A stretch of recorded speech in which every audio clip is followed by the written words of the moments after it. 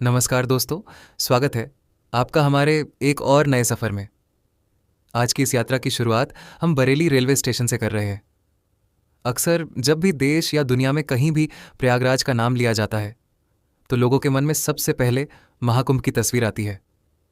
करोड़ों श्रद्धालु, मीलों दूर तक फैली विशाल टेंट सिटी, अखाड़ों की रौनक और हर तरफ आस्था का वो अद्भुत अकल्पनीय दृश्य। लेकिन जानते हैं दोस्तों, बहुत से लोगों के मन में एक धारणा बनी हुई है।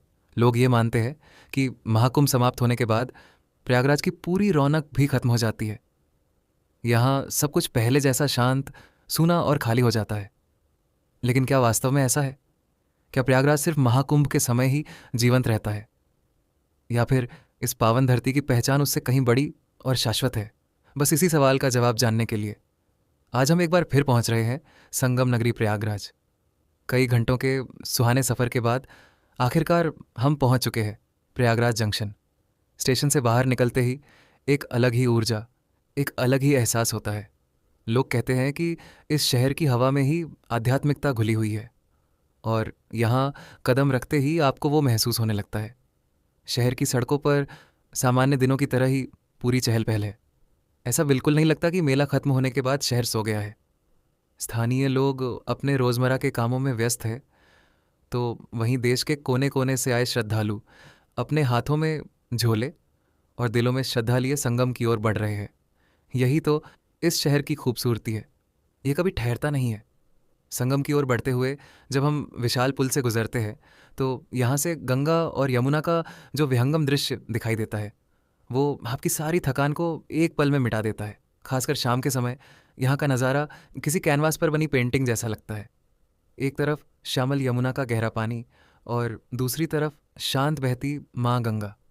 ऊपर से चलती हुई ये ठंडी हवा और नदी का ये शांत प्रवाह मन को एक अजीब सा सुकून देता है। ऐसा लगता है मानो प्रकृति खुद आपको इस पावन नगरी में गले लगा रही हो। यहाँ आकर आपको समझ आता है कि लोग क्यों बार बार इस मिट्टी की ओर खिंचे चले आते हैं।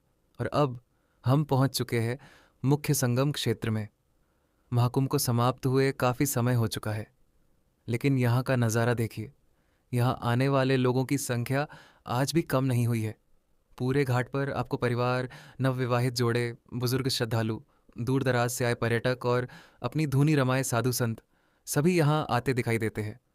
हाँ, ये सच है कि कुंभ मेले जैसी करोड़ों की विशाल भीड़ आज यहाँ नहीं है, लेकिन यहाँ की आस्था, यहाँ का महत्व और यहाँ की पवित्रता का स्तर बिल्कुल वैसा ही है जैसा कुंभ के समय था। नावों की आवाजाही लगातार जारी है। लोग पूरी श्रद्धा से संगम में डुबकी लगा रहे हैं, पितरों के लिए तर्पण कर रहे हैं, पूजा पाठ कर रहे हैं और इस पावन स्थान पर बिताए हर एक पल को अपने भीतर समेट रहे हैं। प्रयागराज को प्राचीन काल से ही तीर्थराज कहा जाता है, यानी सभी तीर्थों का राजा। शास्त्रों में मान्यता है कि यहाँ गंगा, यमुना और अंतः यानी अदृश्य सरस्वती नदी का मिलन होता है। इसी त्रिवेणी संगम के कारण यह स्थान हजारों वर्षों से करोड़ों सनातनियों के विश्वास का सबसे बड़ा केंद्र रहा है। पौराणिक कथाओं के अनुसार जब समुद्र मंथन से अमृत कलश निकला और देवताओं व असुरों में छीना भपटी हुई, तब अमृत की कुछ बूंदें पृथ्वी पर 4 जगहों पर गिरी थीं। उनमें से एक परम पवित्र स्थान हमारा यह प्रयागराज भी है। यही कारण है कि यहाँ कुंभ और महाकुंभ का आयोजन होता है। लेकिन दोस्तों, प्रयागराज की यह कहानी सिर्फ अध्यात्म तक ही सीमित नहीं है। इस शहर की मिट्टी में भारत का एक बहुत ही गौरवशाली और स्वर्णिम इतिहास दफन है। अगर हम इसके ऐतिहासिक महत्व की बात करें तो प्रयागराज आदिकाल से ही ज्ञान, दर्शन और राजनीति का सबसे बड़ा केंद्र रहा है। रामायण काल में जब भगवान श्री राम माता सीता और लक्ष्मण जी के साथ वनवास के लिए निकले थे, तब उन्होंने इसी पावन धरती पर आकर महर्षि भारद्वाज के आश्रम में विश्राम किया था और उनसे आशीर्वाद लिया था। महर्षि भारद्वाज का वह प्राचीन आश्रम आज भी इस शहर की महान बौद्धिक और आध्यात्मिक विरासत की गवाही देता है।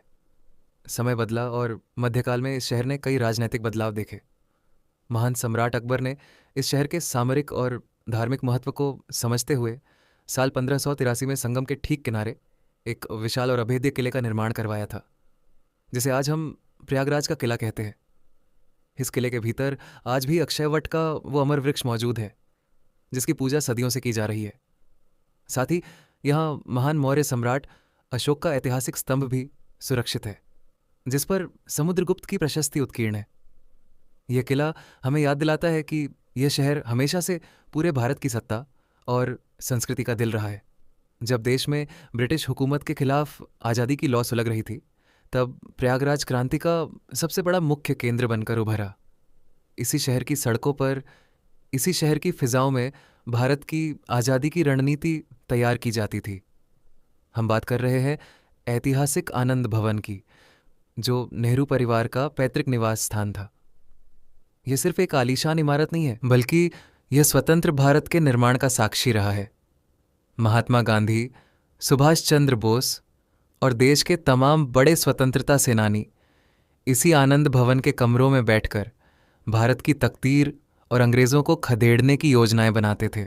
आज इसे एक खूबसूरत संग्रहालय में बदल दिया गया है, जहां देश के इतिहास की अनमोल यादें संजोकर रखी गई है। और जब बात प्रयागराज के इतिहास की हो, तो भला देश के उस महान सपूत को कैसे भूला जा सकता है, जिसने अपनी मातृभूमि के लिए हंसते हंसते अपने प्राण न्यौछावर कर दिए। जी हाँ, हम बात कर रहे हैं अमर शहीद चंद्रशेखर आज़ाद की। प्रयागराज का ऐतिहासिक चंद्रशेखर आज़ाद पार्क, जिसे पहले अल्फ्रेड पार्क कहा जाता था, इसी वीरता की कहानी कहता है। 57 एकड़ में फैला यह विशाल और हरा भरा पार्क देश का एक बहुत बड़ा तीर्थ स्थल है। इसी पार्क में 27 फरवरी साल 1931 को महान क्रांतिकारी चंद्रशेखर आज़ाद ने अंग्रेज़ों की पूरी फौज को अकेले कड़ा मुकाबला दिया था। जब उनकी पिस्तौल में आखिरी गोली बची, तो उन्होंने अंग्रेज़ों के हाथ आने के बजाय खुद को गोली मार ली और अपनी उस कसम को पूरा किया कि आज़ाद ही रहे हैं और आज़ाद ही रहेंगे। आज भी उस पेड़ के पास जाकर हर एक सच्चे भारतीय की आंखें नम हो जाती है और सीना गर्व से चौड़ा हो जाता है। लेकिन आज के समय में संगम के अध्यात्म और इस महान इतिहास के साथ साथ कुछ और भी है जो पर्यटकों को आकर्षित करता है। ज़रा इन ऊँटों को देखिए। रंग बिरंगी झालरों, घुंघरुओं और खूबसूरत कसीदाकारी से सजाए गए ये ऊँट यहाँ आने वाले बच्चों और बड़ों दोनों के लिए कौतूहल का विषय है। लोग इन पर बैठकर सवारी का आनंद लेते हैं, रील्स बनाते हैं, फ़ोटो खिंचवाते हैं और अपनी इस यात्रा को हमेशा के लिए यादगार बना लेते हैं। नाव की सवारी का अनुभव भी यहाँ आने वाले लोगों के लिए बेहद खास होता है। संगम के बीच जाकर चारों तरफ फैली नदियों को देखना और उस वातावरण को महसूस करना शब्दों में बयान करना आसान नहीं है। और दोस्तों, संगम स्नान इस महान इतिहास को महसूस करने और घाट की सैर के बाद अब ठीक 7 मिनट की इस यात्रा के बाद हम पहुंच चुके हैं प्रयागराज के सबसे पूजनीय और प्रसिद्ध मंदिरों में से एक, बड़े हनुमान जी मंदिर में। इसे लेटे हनुमान जी का मंदिर भी कहा जाता है। ये मंदिर पूरे भारत में अपनी तरह का इकलौता मंदिर है, जो भगवान हनुमान की अनोखी शयन मुद्रा यानी लेटी हुई प्रतिमा के लिए विश्व प्रसिद्ध है। यहाँ बजरंगबली की लगभग 20 फीट लंबी और विशाल प्रतिमा स्थापित है। इस दिव्य रूप के दर्शन करने के लिए देश के कोने कोने से लोग खींचे चले आते हैं। इस मंदिर के साथ एक बेहद अद्भुत पौराणिक मान्यता जुड़ी हुई है। कहा जाता है कि जब वर्षा ऋतु में माँ गंगा का जलस्तर बढ़ता है, तो गंगा का पानी मंदिर के अंदर तक प्रवेश कर जाता है। माँ गंगा स्वयं आगे बढ़कर हनुमान जी के चरणों का स्पर्श करती है, उन्हें नमन करती है और उसके बाद ही वापस लौटती है। जब ऐसा होता है तो वह दृश्य साक्षात चमत्कार जैसा प्रतीत होता है। वैसे तो यहाँ हर दिन भक्तों का तांता लगा रहता है, लेकिन मंगलवार और शनिवार के दिन यहाँ का नज़ारा देखने लायक होता है। पैर रखने तक की जगह नहीं होती। भक्तों का ऐसा अटूट विश्वास है कि जो भी व्यक्ति सच्चे मन से बड़े हनुमान जी के इस दरबार में आकर मन्नत मांगता है, संकट मोचन उसके सारे संकट हर लेते हैं। उनके दर्शन मात्र से ही जीवन में एक नई ऊर्जा, अदम्य साहस और सकारात्मकता का संचार होने लगता है।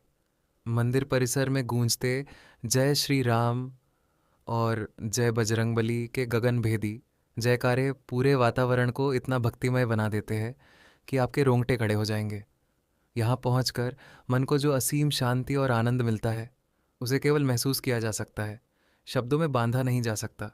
यही वजह है कि प्रयागराज आने वाला हर एक श्रद्धालु संगम स्नान के बाद हनुमान जी के इस दिव्य दरबार में शीश झुकाना कभी नहीं भूलता। तो दोस्तों, बरेली से शुरू हुई हमारी इस यात्रा और प्रयागराज के इन अद्भुत दर्शनों के बाद एक बात तो पूरी तरह साफ हो जाती है कि प्रयागराज सिर्फ महाकुंभ या कुछ महीनों के मेले का शहर नहीं है। यहाँ की आस्था, इसका गौरवशाली इतिहास, संगम का यह पावन जल, घाटों की यह शांति, नाव और ऊंट की सवारी, और हमारे बड़े हनुमान जी का यह दिव्य दरबार साल के 365 दिन इसी तरह जीवंत रहते हैं और भक्तों को अपनी ओर पुकारते हैं। अगर आप भी अब तक यही सोचते थे कि प्रयागराज सिर्फ कुंभ के समय ही जाया जाता है, तो मुझे पूरी उम्मीद है कि हमारे इस वीडियो ने आपकी सोच को ज़रूर बदला होगा। अगर आपको यह यात्रा और यह वीडियो दिल से पसंद आई हो तो इस वीडियो को लाइक ज़रूर करें, अपने दोस्तों के साथ शेयर करें और हमारे चैनल को सब्सक्राइब करना बिल्कुल ना भूलें। कमेंट सेक्शन में लिखकर ज़रूर बताइए कि आप प्रयागराज कब आ रहे हैं। मिलते हैं अगली किसी शानदार यात्रा में, तब तक के लिए जय श्री राम, जय बजरंग बली।